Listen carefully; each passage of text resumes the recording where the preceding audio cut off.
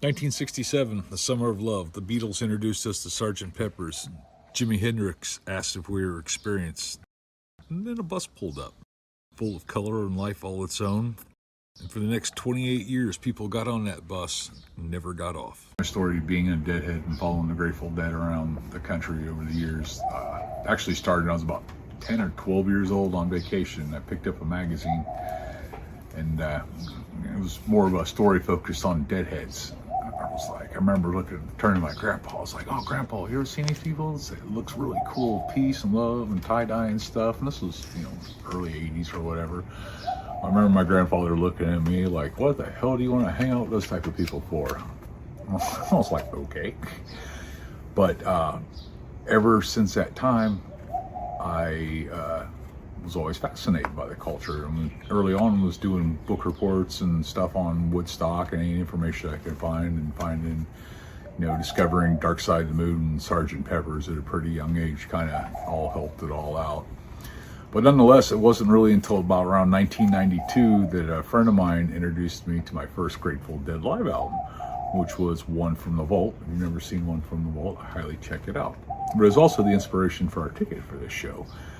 The album cover to One from the Vault resembles this, not exactly, but we've done it up in our own variation of it, but it's a definite homage to that live album. And so I finally got on the bus, so to say, in 1993 when I went to go see my first Grateful Dead show at Buckeye Lake in Hebron, Ohio, kind of north of Columbus area. And it was kind of funny. Me and my friends closed down the bar the previous night, which in Ohio was I think 2:30 in the morning. So we closed the bar and hopped in our van and cars and whatever, and headed up to the entranceway up in Columbus. It's about an hour drive or so, hour and a half away. We got up there and we were there earlier, and there's people lined up already. And we got in fairly quick in the morning. They let us all in.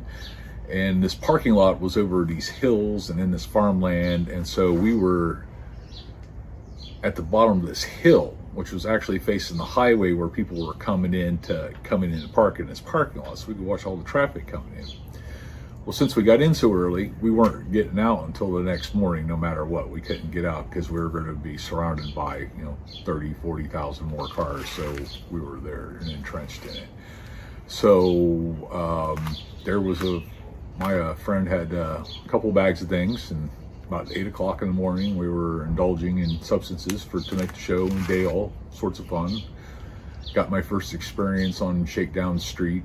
Some of those shirts you see on display today are, from those very adventures.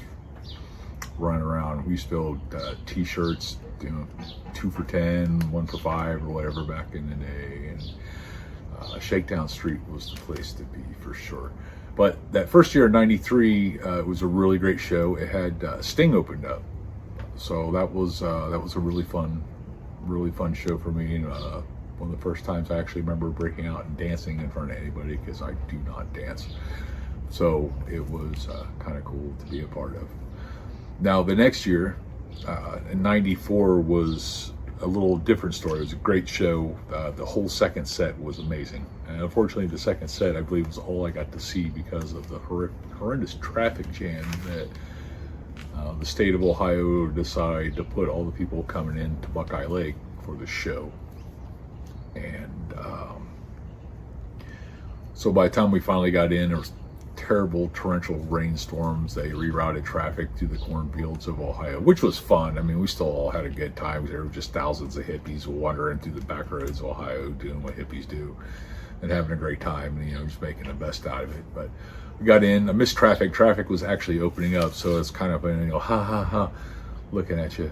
But that was really cool. One of the most magical moments I've seen in a Grateful Dead show. They did a whole rain set because of the way the weather had been, and they swear to God they blew a hole in the sky while playing music, and it was a pretty amazing moment. So after the show, the only thing I remember is you could see a line of traffic of cars still going down the highway, still trying to get into the show, and you kind of knew then that things were getting way out of hand crowd size with the Dead shows. At least I was just new into the scene. It was like just getting insane, and they weren't it didn't really look like they were going to be able to handle it for too much longer.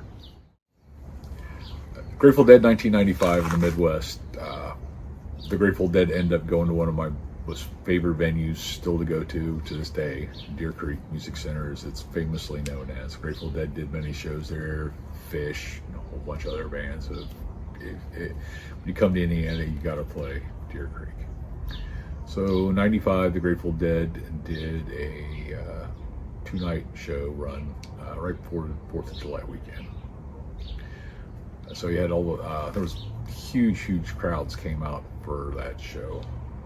And my friends had tickets for night 1 of the show, and I was coming out to night 2. And I was driving, I was about an hour outside Indianapolis. I had about a 2.5 hour drive to Indianapolis, and about an hour outside of it, I was listening to the radio station in Indiana, and they came on the news saying, last night at the Grateful Dead concert. I was like, oh.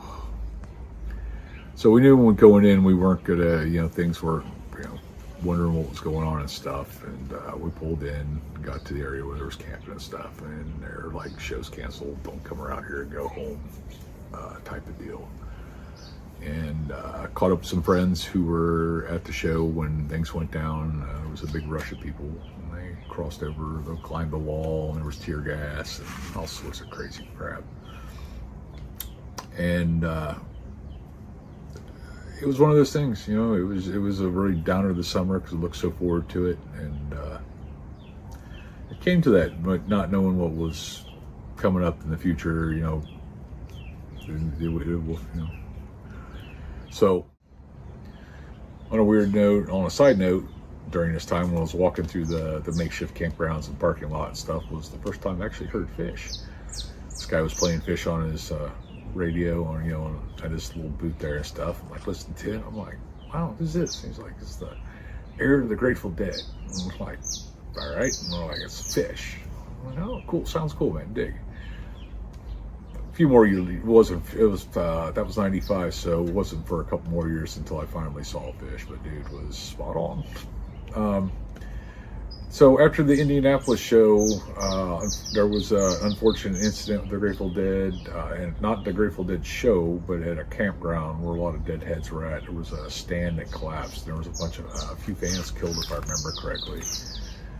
And then Jerry received death threats in Indianapolis at the Deer Creek show. It was another reason why, the second night was canceled. There was that, and then just not too much longer after that was the final show in Chicago.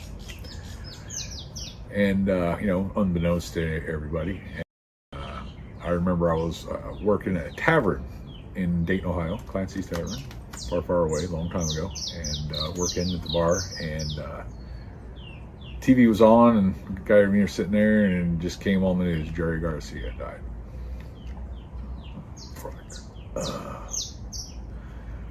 And we had a shot, we had a drink. Life continued on. So after Jerry passed, I actually dived more and more into the scene and really started to learn more about the individual members of the Grateful Dead. Went to the Further Fests, saw everybody solo for the most part. Like Phil Lesh, saw him tour with Bob Dylan, some of his own solo shows in Rhode Island.